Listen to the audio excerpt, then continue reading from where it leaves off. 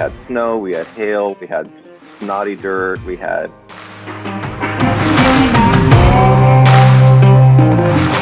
Yeah, I actually melted the piston on a 690 Enduro.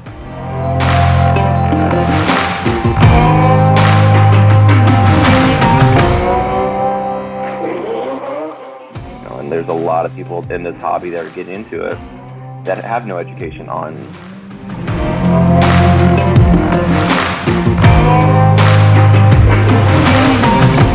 Hey there, welcome back. This is episode 58 of the Motorcycle Adventures Podcast, and on today's show, we've got special guest Aaron Long.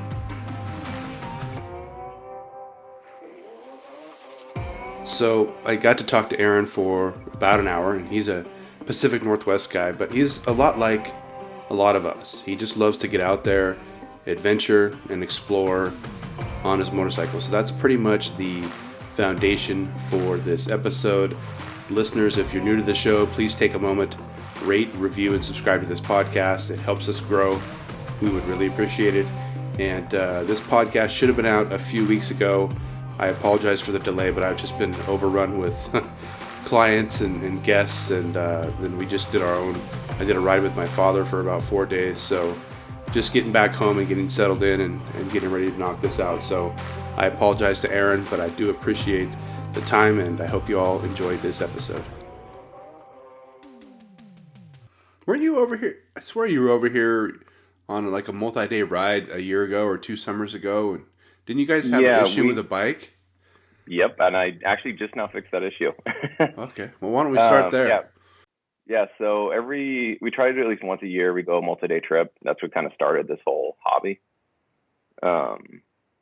And that year we had issues with my uncle's XR650L. Basically, and then he got busy, and then they started planning their Canada trip, so the bike never got touched after that. So it kind of got shoved in the corner. We got busy. I blew up a motor, and riding for me got kind of put on the back burner. And during quarantine and during all this, I got bored. So I started going through all my stuff.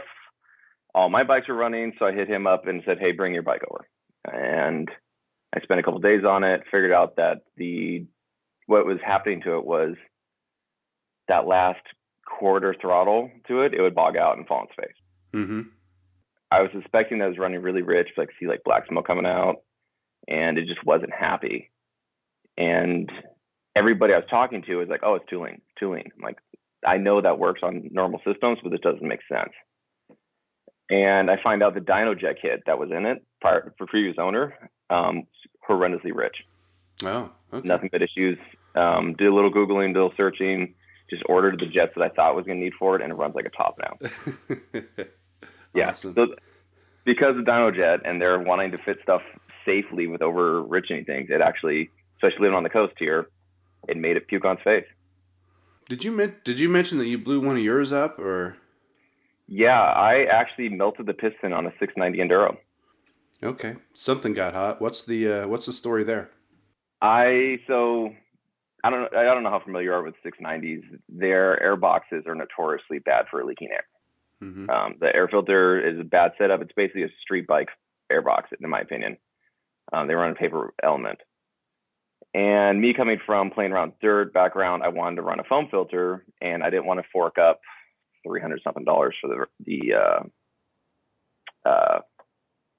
Rottweiler air intake kit. Yeah. And Rally Raid came out with their kit where it modifies it, and you just put a little basket on the top. So during all that, I'm like, cool. That kit's like $80. I throw it on. I was told when I bought the bike, I put a wing slip-on kit on it, that you don't have to worry about tuning as much. You just let it ride over 15 minutes after you reset it, and it should adapt to it. Well, it doesn't adapt that far. So I rode it for almost a year, and I noticed it crackling. I'm like, yeah, it's probably lean.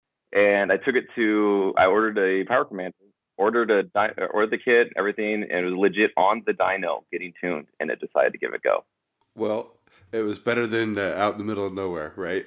It was one of those things I'm like, I don't know how much this is going to cost me. I was kind of bummed. And then, like I said, they were super focused on their Canada trip. So I was like, well, I'm going to fix this, make sure my bike's right. And then, yeah, that's what kind of happened with that. It was an awesome summer last year.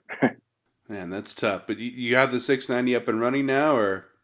Oh yeah, yeah. I like I said, I didn't touch it much that summer. That fall, I tore it apart. I redid everything, and fortunately got out of it pretty without being bankrupt from it. But a motor's never cheap to fix.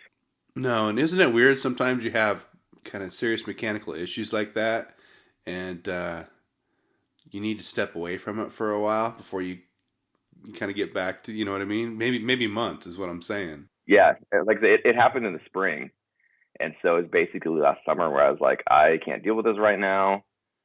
We didn't have any trips planned that summer, so I was like, you know what? I'm just not going to touch it right now. I'm frustrated.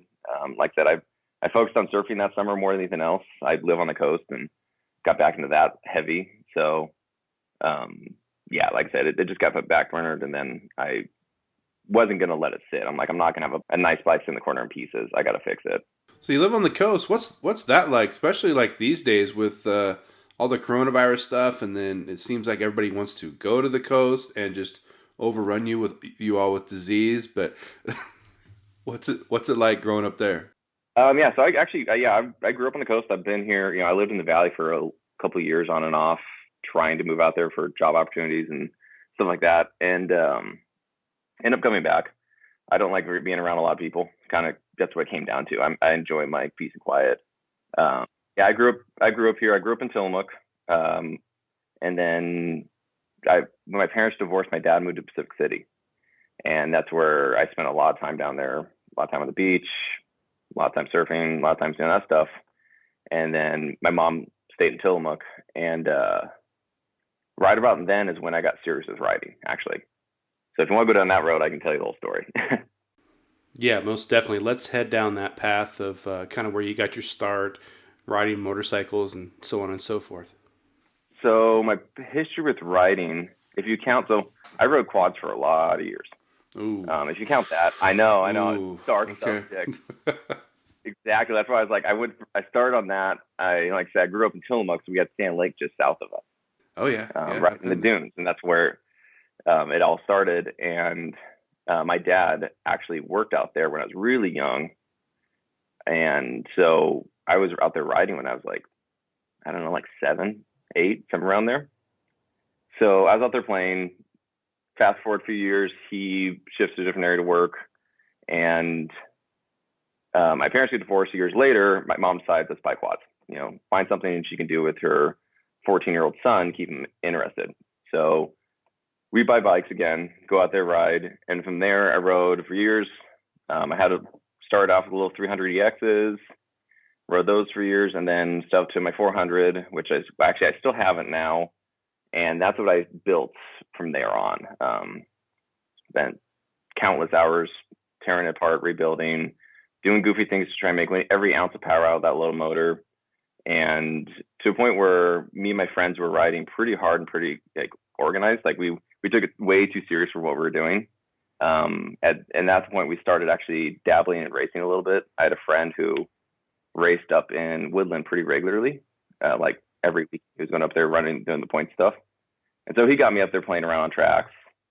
And then we all of a sudden just started dispersing, getting real jobs, and real life started happening. Yeah, that sucks. Mind you, we all lived in the Tillamook area, so it was like, cool. We go once at least during the week, and almost every weekend we were out. So we were burning, through bikes and riding like crazy. It was great. But like I said, real life happens.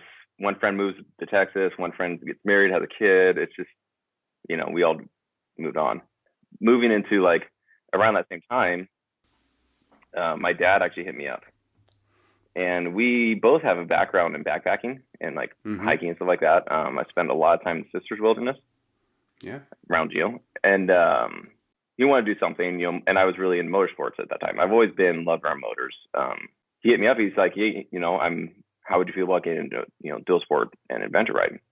And we had a mutual friend who had a old KTM, I think it's a 525, sitting in his garage, and he rode a lot. And it's one of those things I always kind of looked at when, that'd be really fun, like a dirt bike with a license plate. It's not, a heavy bike that's, hinders yourself off road. It's basically a dirt bike with a license plate. I always thought it was really cool. And so he hit me up and he's like, hey, how do you feel about going to something like this? he hits me up and he's like, hey, I want to do this, barely act or barely ride on the road and more of off road. We just need something that we can get on road sections. We go to the middle of nowhere out in Central Oregon, to Eastern Oregon, just play. I'm like, yeah, let's do it. So fast forward a little while, we started tucking money away, and I didn't want to sell my quad at the time. And I'm like, I'm not gonna give up a bike. So I still got friends that ride, and we had barely ridden since. And I have a '05, it's an older 450 EXC. I don't think it was born plated, so it's exactly a dirt bike with license plates on it. Yeah. Love that bike, tons of fun. Started riding it, and then my dad didn't have a bike at the time, and he saw the 690 Enduro. So he orders one, got it. I rode it. I'm like, wow, this is like a street bike that you can take off road. So that sold me on it, and then I ended up buying one too. So that's what we ride mostly when we do stuff together. Okay, so it seems like, at least from looking at your Instagram feed, that the both of you ride over in Central and Eastern Oregon quite a bit. And I asked Dork in the Road kind of the same question. On that side of the mountains, there's just a lot of private land. How do you contend with that over there, aside from OHV areas? Again, just a lot of private land, and it's tough to get around. There's a lot. It's not. That's what I get. I didn't realize how open it was out there until I started trying to ride here. There's a lot of gates on our private roads up here, basically. A lot of people have ruined it for the rest of us. It's sad and frustrating to see every time I go off a road and disappear for a while. You can always tell when you're getting near the highway because you start seeing garbage and things dumped on the side. It's almost, you can almost gauge how far away you are from civilization, basically. And so I'm slowly seeing my riding areas disappear. And I'm not talking like trails. I'm just talking just open forest roads, like just be able to take off for an afternoon and, go disappear, get away from people. And because of that, we're losing those roads. Yeah, and I've heard, I can't really confirm, but I saw that a lot of these landowners, at least, in the valley backing up to the Cascades here, they're already locking their gates and they were citing fire danger, which this has been a reasonably wet year for us, winter, spring, whatever you want to call it. But yeah, it's just kind of another excuse just to keep people out. And I always tell people, I was interviewing that Dork in the Road the other day, and he rides some areas that I used to ride a lot as a kid. A lot has changed. People, especially people kind of new to the sport, I've seen 10 times as many areas and legitimate OHV areas and access locked off. I've seen stuff closed tenfold compared to new riding areas. It's sad. Like it kind of bums me out, man. Yeah, me too. So yeah, and one of the quickest things, we used to always go to some of our favorite riding areas. We would haul out the trash and do whatever we could to try to keep them open. But ultimately, people who were just irresponsible would get that stuff shut down. And as I kind of got out more this spring and started riding, I'd seen where, I don't know, it seems to me like there's a different user out there in some of these areas now than there used to be. And they really don't give a shit. They'll ride up the banks. They'll just create their own trails, whether on motorcycles or side-bys or even in their cars. They'll camp wherever. So it's pretty concerning for me, honestly. Yeah, no, it drives me crazy. Like, so, and this is just a small scale. Like, I watched it happen when we all went under quarantine about 2 months ago or so. Once it kind of calmed down, like, cool, there's not bodies in the streets. I was at the point where I wasn't going back to work. And so I was like, okay, whatever. This is kind of expected. And I hit my dad. I'm like, hey, let's go take the dirt bikes out. Like, we're not, I got nothing going on. You're now retired, so you got nothing going on. Like, let's go, and we have the Potomac State Forest area, all the OHV trails up there, which we need to explore more because it's in our backyard. But, we have a friend that lives just north of La Pine, and we would usually stage from his house, and we'd take off from there. So it's like open play area from there out. So we're like, let's play in our own backyard. Like, single track will be good for us. We need to get, hone some skills a little better. And so when we started riding, like, we would stage from like the Browns camp area and take off from there. And mind you, the campground isn't open, but there's like that gravel pit that's where everybody stages out of. And I progressively watched that place get dirtier and dirtier and dirtier I was going out at least once a week, and it would be like 1 week a little bit of garbage, next week tons of garbage, next week even more. And like you said, it's the kind of people I'm watching trails get destroyed more. On the negative side, that was one of the only open riding areas in the area. They closed Sand Lake; it's still closed. So we have all the people from there that want to ride, which they're justified. They want to ride, but they don't have any. They don't have any care for the trail. It's that kind of thing. And so they trash the place. They're doing cookies in the gravel pit where everybody's staging, where all of our rigs are. I'm like, why are you doing this? Go on a trail and do this. It's just people they don't care as much. They don't realize that the garbage they're leaving, somebody's got to pick up, or we're going to lose this. Hey, listeners, I got to jump in here for just a second. So at this point in the interview, Aaron and I took a break. I had to go get some coffee. I'd been up late the night before, and I just needed a boost. So we'll probably rejoin the convo in kind of a weird spot, but just wanted to give you a heads up. Yeah, normally I would tell people that want to come here, I would say, hey, May's a really good month, so we're not eating dust, and June's pretty safe. And of course it would be safe, but today, if you're out riding, you get soaked, and it's kind of been that way on a weekly basis. We get 1 to 2 days of pretty hard rain, which I like because I like the good dirt, but different year for sure. I want to peel back to what we were talking about before we took the break there real quick, and on the kind of the use issue and some of the things I'm seeing, I wanted to do a podcast, kind of by myself, just talking about some of the things I'm seeing, but I also don't want to be, I'm not the police. I don't tell people what to do, but my observations are there's more people in these areas than ever before, and there are a lot of irresponsible people that just don't respect what we got going on here. So it's really unfortunate. And I'll say this, because of this coronavirus thing and a lot of campgrounds being locked down, I ride 2 or 3 days a week, probably, 400 or 500 miles a week at least. I see people just camping wherever. I've seen motorhomes just pulled way off the road, places where they have no business being. People are out there just doing whatever. And for me, it's kind of an eyesore. It's kind of unfortunate. And from where I stand, I feel like it's only going to lead to more restriction in the future. Yeah. And so that's where I was going to continue with my story. So this lasted about 4 to 5 months, or 4 to 5 weeks when we were riding in that area. And sure as shit, dude, they closed it.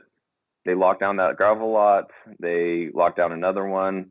And mind you, I haven't been back since, just because I got busy with, lockdown kind of opened up and we got busy with our normal lives. But we lost it, because people weren't treating it nicely. They weren't treating it like they cared about it. And yeah, it's an eyesore. It's annoying. And like I saw, within that little over a month amount of time, we lost it because people weren't treating it well. And there's a lot of people in this hobby that are getting into it that have no education on, hey, if you trash this area, we lose this area. There's a lot of people trying to close this. If you abuse it, we don't get to keep it. Yeah, there's far more people on the other side of the fence that they're advocates of us not having access to these areas than the others. So, yeah, kind of a bummer. Hopefully things shift a little bit, but again, there's no education. People, you've got to get that safety card. I didn't really see anything in there about being stewards of the land when I took it back. Yeah. So. Yeah, it doesn't really mention anything about it. Yeah, at least, I can't remember when I took it years ago too. So. Moving on, I clicked that hyperlink in your bio. Wasn't aware of this, but back in 2016, 1,200 miles in 8 days. Why don't you kind of walk us through that? So that was our first big trip.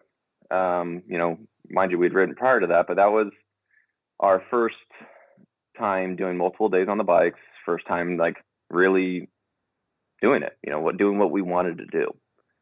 And so we left from, like I said, we have a friend who has a house just north of La Pine. Beautiful property right there under the Chutes River. And so we parked our rigs there, and then we took off from there. We rode, and actually, so this is the part of the reason why we would do the first week of June, is we actually rode with the Giant Loop crew for their crane ride.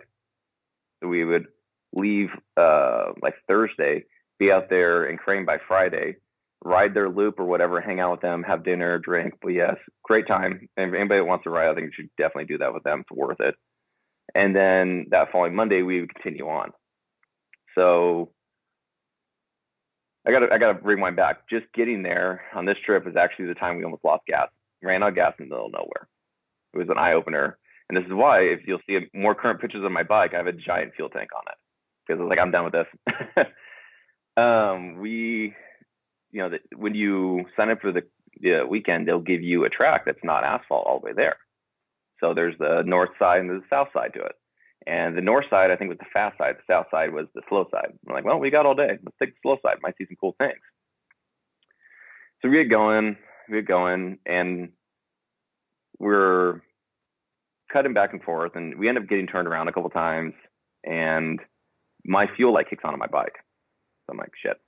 So we had a 1 gallon Roto pack I'd mount on the back. So we dumped our packs into it, and we're like, okay, we have to hit. Like we need to get at least on asphalt. So, if we run out of gas, somebody's going to see us. We're not illegit in the middle of nowhere. So we're, like I said, dude, we're in the middle of nothing. I think there's a tree next to us. We're sitting in the shade, in the munchie, making a plan, looking at maps. It was just funny. We had perfect cell service. One of the few places we had good service. So we had our spot. I was able to pull up the app on my phone, find where we're at, find that I think it's Highway 20 between Bend and Burns. I can't remember. Yep. And so we realized, hey, that's that way in that direction. So okay. Terrible place to run out of gas, by the way. Between Bend and Burns. There's nothing out there. So we were like, okay, we need to at least get on that highway. From there, we can flag somebody. We can figure something out. Like if we have to transfer fuel into one bike and one of us goes out, whatever. I end up legit typing in Google Maps on my phone. I'm like, hey, what's worth a shot? And it shows me a path out to the highway. I'm like, let's see where it ends up. Like, we will see. So we end up going like some zigzag path. I mean, it was a beautiful area. Like, I can't say enough how nice it's out there. Beautiful area. And I'm watching like that my fuel like come back on at this point. And we're cruising. We go through some like, I probably was a meth lab in this creepy trailer that we had to kind of cut through to get by. Like so many weird little sketchy areas. I'm like, well, we're moving. We're gonna get closer to this highway eventually. And like I said, my light's kicking on, and we finally kick out on it and look over, and there's a gas station to our left, like eye shot. And they were like 10 minutes from closing, perfect timing.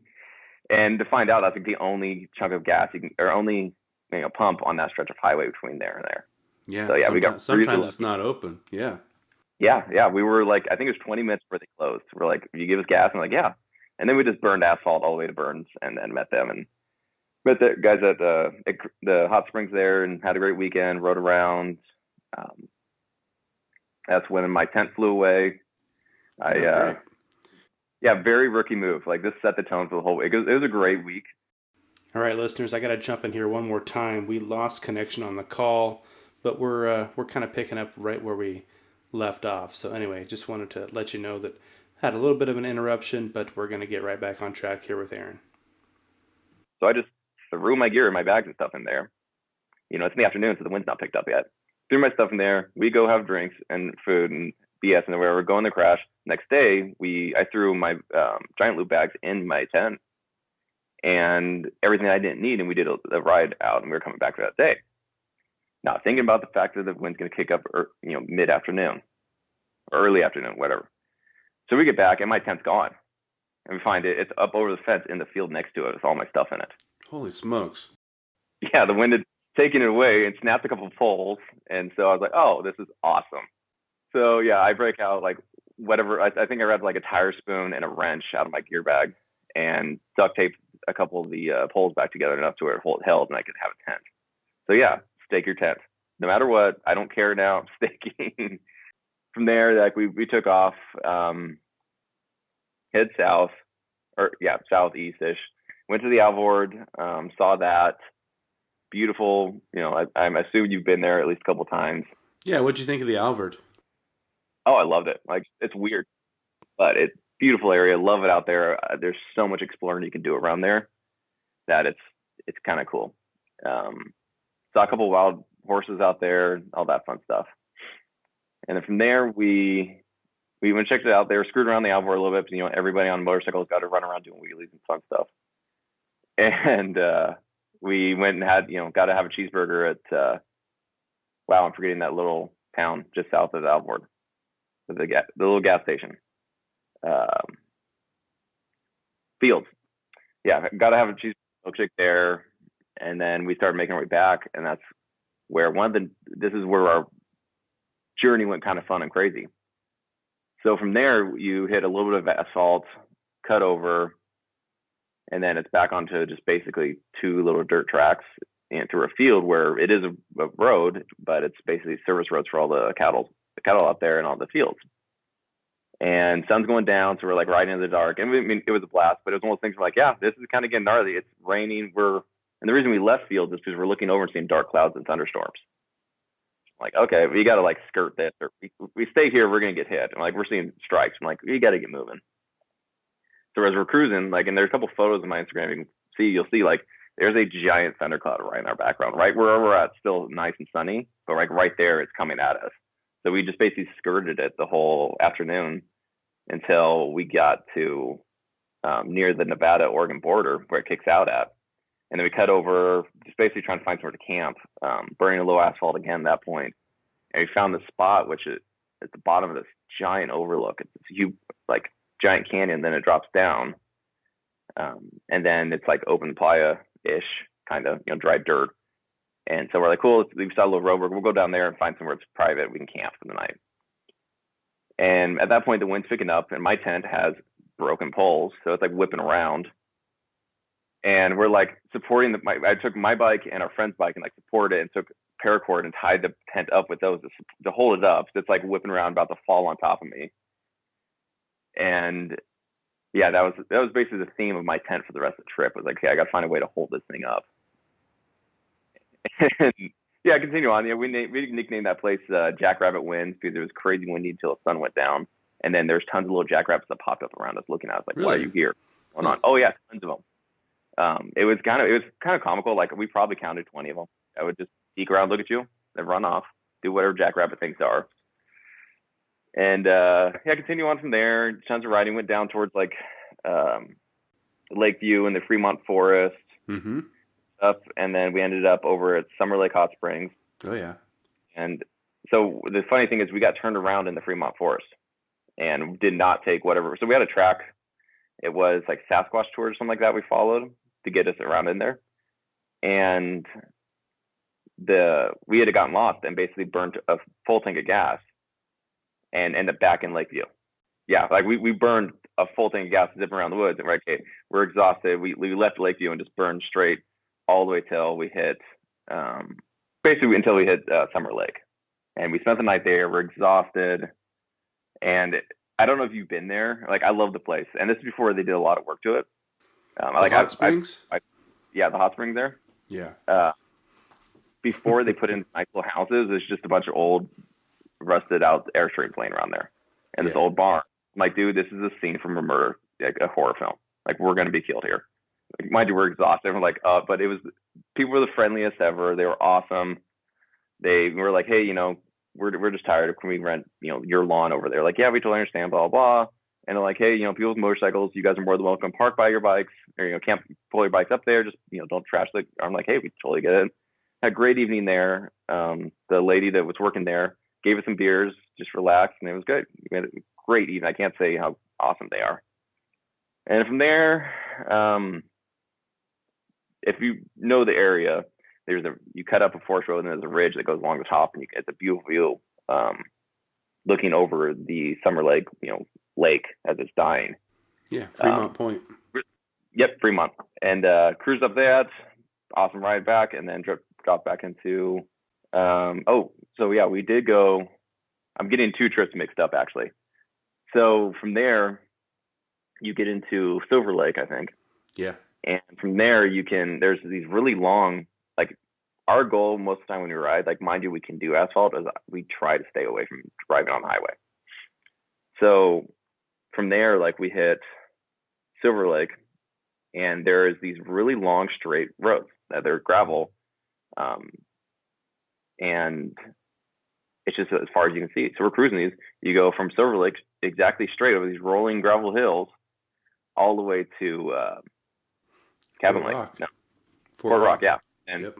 there's Cabin Lake campgrounds just north there. And we thought that there was water there. We thought it had a lake in the name. It's right little spot.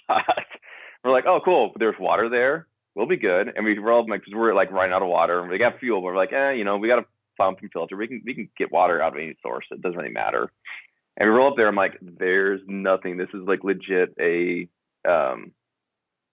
for wildland firefighters. This is a campground for them. I'm like, awesome. So we shoot back into that little town's Fort Rock.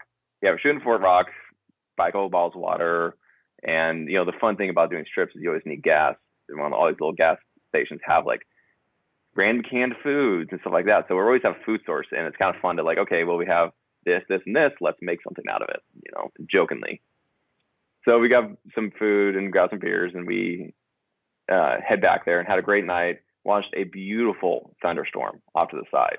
Like right where we were at, it was clear and good, but like off to the side, you see light strike and feeling the thumps, and it's crazy. Wake up the next day, and then we rode all the way up the backside from there up to the backside of East Lake, and then essentially cut straight across the highway to our friend's house.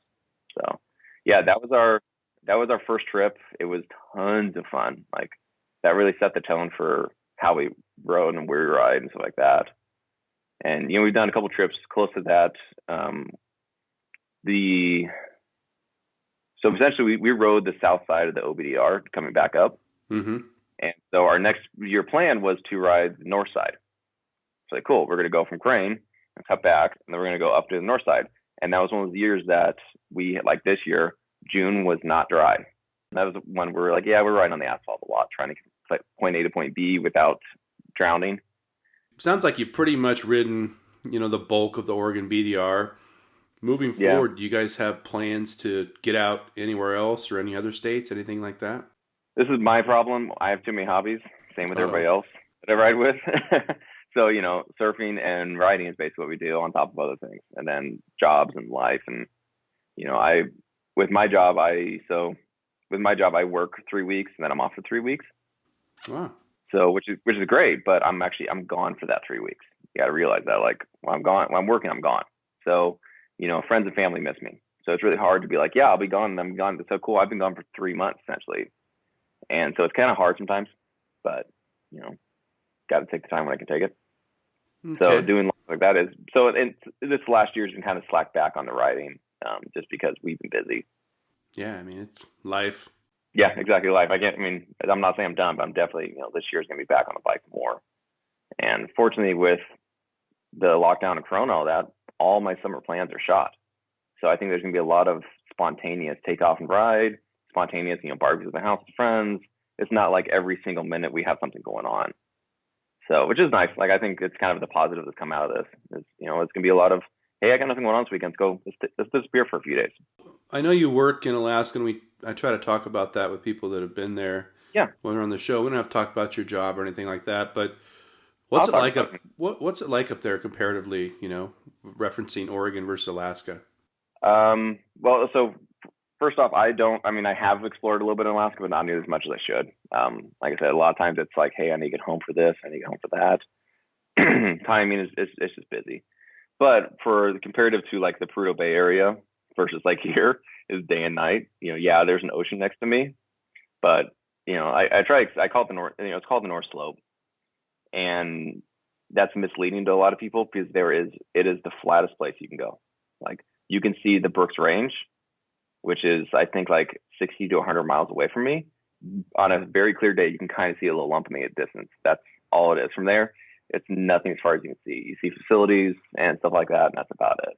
It's a weird environment. Like the best way to explain it, everybody comes up in the spring and the summertime to come ride it, which is on my to-do list. Like someday I do want to ride it. It's just one of those things like, hey, I've been here a lot.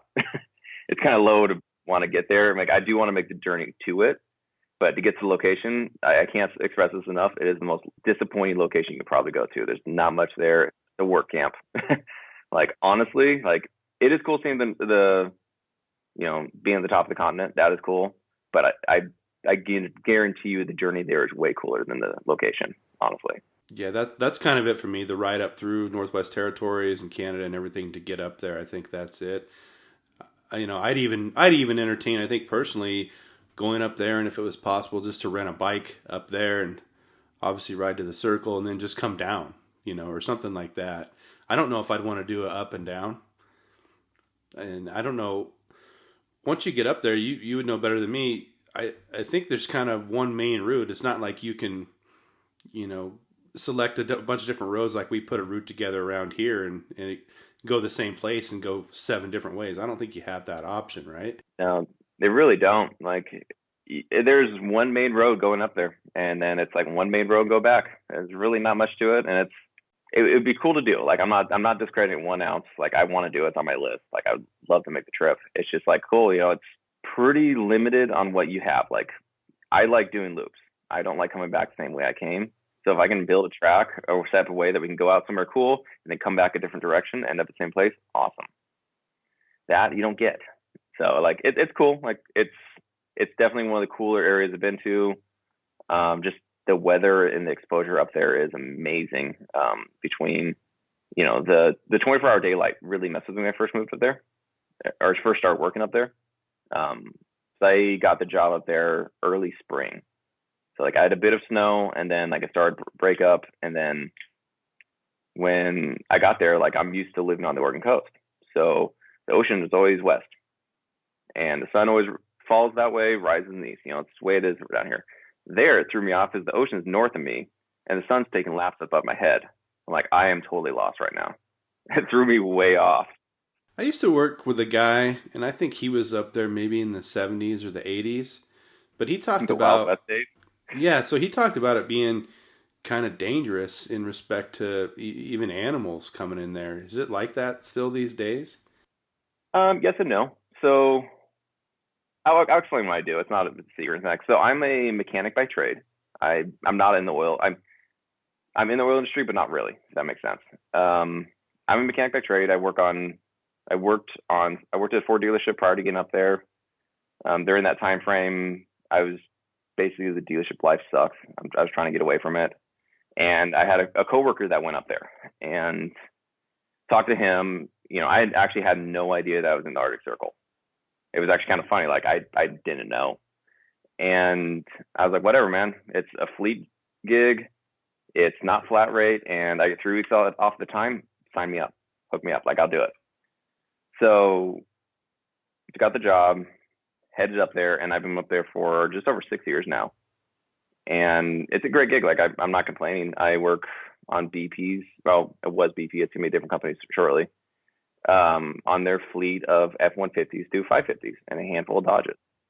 I know those trucks pretty well now. That's basically what comes in. Like it's definitely different working on a fleet versus working on customer vehicles. You have relatively all the same, and when it needs it, to fix it. There's no dealing with people, I can't afford this. Well, your vehicle's not going to run if you don't do this.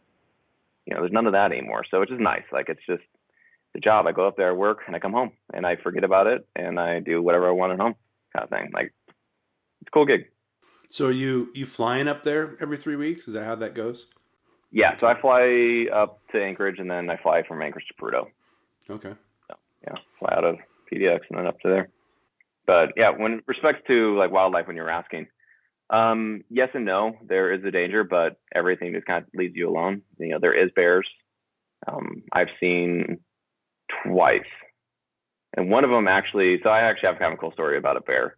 I had a grizzly run past me on accident once up there. Oh boy. Yeah. So it was one of the early mornings, so it's still dark out, and it was summertime. It was snow down, and the way the buildings are set up there, it's like a lot of like connexes around buildings essentially, and that's where the storage is. Buildings around buildings, and it's very industrial. It's like not pretty. It's just they're old buildings. They're there for a purpose. And I was bringing something out to one of the connexes on the outside of our shop for storage. It was like end of season, so we're like, we're not gonna need this. Put it away. And it's dark, and I'm opening it, and behind me I hear a truck, like somebody's getting on it. I'm like, yo, what the hell, man? Like, you're not supposed to be going over 5 miles an hour back here. I look back, and I hear paintballs flying. I'm seeing, red and blues, berries and cherries flashing above me. Like, what the hell is security behind me? And there's a grizzly running right past me. I'm like, whoa, that just happened.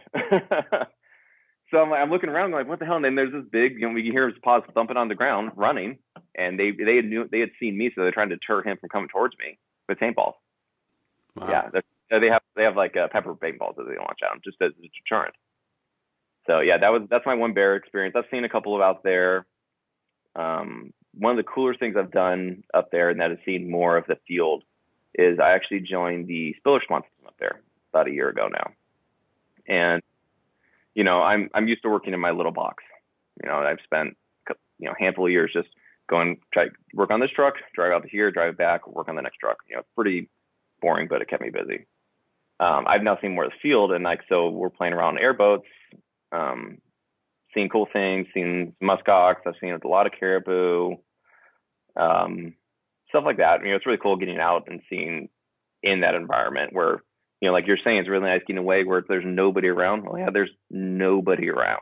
It's pretty desolate, and to where the point where it's like, yeah, this is what this place is supposed to be like. It is really cool. Very good. Yeah. On the caribou, see big herds of them, or just kind of spotty here and there? Spotty here and there. Every once in a while, you'll see a pretty fat herd. I have heard of the herd that's supposed to be like 5 in their head up there. Wow. I've never seen it. I think it's called the hedgehog herd or something like that. I've never seen it. I know it's up there, but it roams pretty around. I have seen video of one of my coworkers. He was in our tow truck, and animals up there have right away 100%. Like we can't do anything to deter them. So like, if there's a herd of caribou that is around you and they take a nap, you're stuck there. So it's purely like they have control. He was in a parking lot and a whole herd just started rolling through it. So he has video. I don't know if he has video or not, but he has all these caribou are just walking right past him. You sit in the truck and there's probably 100 at least, if not more, just strolling by. Caribou do not care about us 1 ounce. So they know we're there, and they know that we can't do anything to them. So they don't care. Okay. Back to the riding stuff. You've got the 690. Yeah. Looking out. Are you going to be looking to get a different bike? Or are you pretty content with that for now? I'm pretty content with it. If anything, right now, I'm probably going to pick up another dirt bike. Okay. I think I'm going to get rid of my 450 and get something newer. I'm leading at the 500 just because I'm a big dude. I'm 6'2", 250. Like I'm kind of big. So small bore bikes don't work very well for me. So I'm kind of looking around what my options are. And that's purely because we spent that month or so playing around on single track and playing around dirt bikes, like actually treating them like we're supposed to be. Mm-hmm. It was a blast. I had fun. I'm like, cool. If I can continue doing this, I can justify buying a new dirt bike and I'll sell that one and get something different. On the street bike side, yeah, I've looked at like the 1090 some and anything larger. My dad picked up last year a Tiger 800. Oh, that wow. Is really fun to ride. Yeah, so their trip, they took Tiger 800s up across Canada and back down through. And so that might be a larger bike on my scale. The rule with my wife is that my next bike I have to go 2 up with. She wants to come. Okay. So that's kind of the tentative rule of like my next bike. So we'll see what happens. It's either going to be, if it's bigger, it's going to be big enough that we can both go. If it's smaller, it's going to be a dirt bike of some sort, something plated. It's so spoiled to have a dirt bike that has a license plate on the back because I can go wherever I want. So that's kind of my restrictiveness to what I'm getting next. Yeah, it's quite the luxury. And where you live there, backing up to the Tillamook State Forest, I mean, you've got endless trails, right? I mean, you can basically ride once you get up in there, ride to Hillsboro if you want on dirt. So pretty close to and that's what I mean. Like if I just go from there, like you have a lot of trails, and I don't want to have to walk my bike down the road or worry about getting a ticket. So it's like, hey, a plate weighs nothing on a bike. So my argument. Yeah, and the plated bikes they're glorified dirt bikes these days, right? I mean, they're just barely legal. They'll do the off-road trail stuff just as good as a dedicated dirt bike. And my opinion, kind of stuff that we were talking about earlier, I think we're headed that direction. I think you'll continue to see a reduction in the amount of these places where you can legally ride just a straight up dirt bike. And the plated way is going to be the only way to go. And someday, maybe not in my lifetime, but the electric thing's going to take hold, and we'll see what that looks like too. Yeah, that'd be cool if it comes through. I mean, the idea that you're not making the noise to piss people off is kind of a nice thing. Yeah, for me, I mean, it's got to get a little bit better. I mean, I know Alta took a stab at it. It's kind of limited range for me with those bikes, and they've got some zeros and stuff. But yeah, I know KTM's got their line where they call them free rides. I mean, it's coming. Probably within the next 5 years, we'll probably see something with pretty substantial range. But if you think running out of gas is a bad situation, imagine, nuking your battery out there in the middle of nowhere. Then what, So it's not like you're going to siphon some energy off somebody else's bike. So, but all right. Any parting shots before I cut you loose? I appreciate your time. I think we went almost an hour, so that's pretty darn good for no prep. So, yeah, nothing too crazy, dude. Like, anything I can say to everybody is just take care of our trails. Don't back it out. Like, it's getting it's gotten frustrating to start seeing everything being closed. And coming from an area where pretty much everything's gated, because easier. We have a large logging industry in this area. Yeah, there are roads up there, but I can't get to them. Can't ride on them because people have ruined it for the rest of us. So it's easier for them to gate it than to keep it open. Yeah, and to piggyback your comment there, pack your trash out. Don't create new trails. Don't ride up on the banks. Don't tear up the road. Places where people who aren't our friends, I'll say, can see what we're up to. I mean, it goes back to the leave no trace stuff, right? So, yeah. And with that, folks, we're going to wrap up this podcast. Aaron, thank you for joining us, and I appreciate your patience in regards to the timeliness of this podcast. Listeners, if you want to follow along with Aaron's adventures, at @amlong on Instagram. Speaking of social media, don't forget about our channels at Bend Motorcycle Adventures on Facebook, Instagram, and even YouTube. You want to check us out, follow along. I'm riding pretty much these days, at this point in the year, I'm riding pretty much every single day, so there's usually something to share. We just wrapped up a nice 4-day tour of the eastern part of the state. It was hot, it was dry, it was dusty, but also it was magical. I mean, Oregon, totally 100% underrated as an adventure riding destination, and maybe that's a good thing. We were sitting here talking about overuse and being stewards of the land, so on and so forth. Again, maybe that's a good thing that we are not some of the other states that are really earmarked as adventure riding destinations, but Oregon does have it all. It's a great place to ride, and we're very lucky. Last thing, listeners, if I've said it once, I've said it 1,000 times. Please take a moment, rate, review, and subscribe to our podcast. It helps us grow. I would really appreciate that. And I think with that, we're going to get out of here. I will see everyone next time. Thanks for listening. And again, thank you to Aaron Long for joining the show.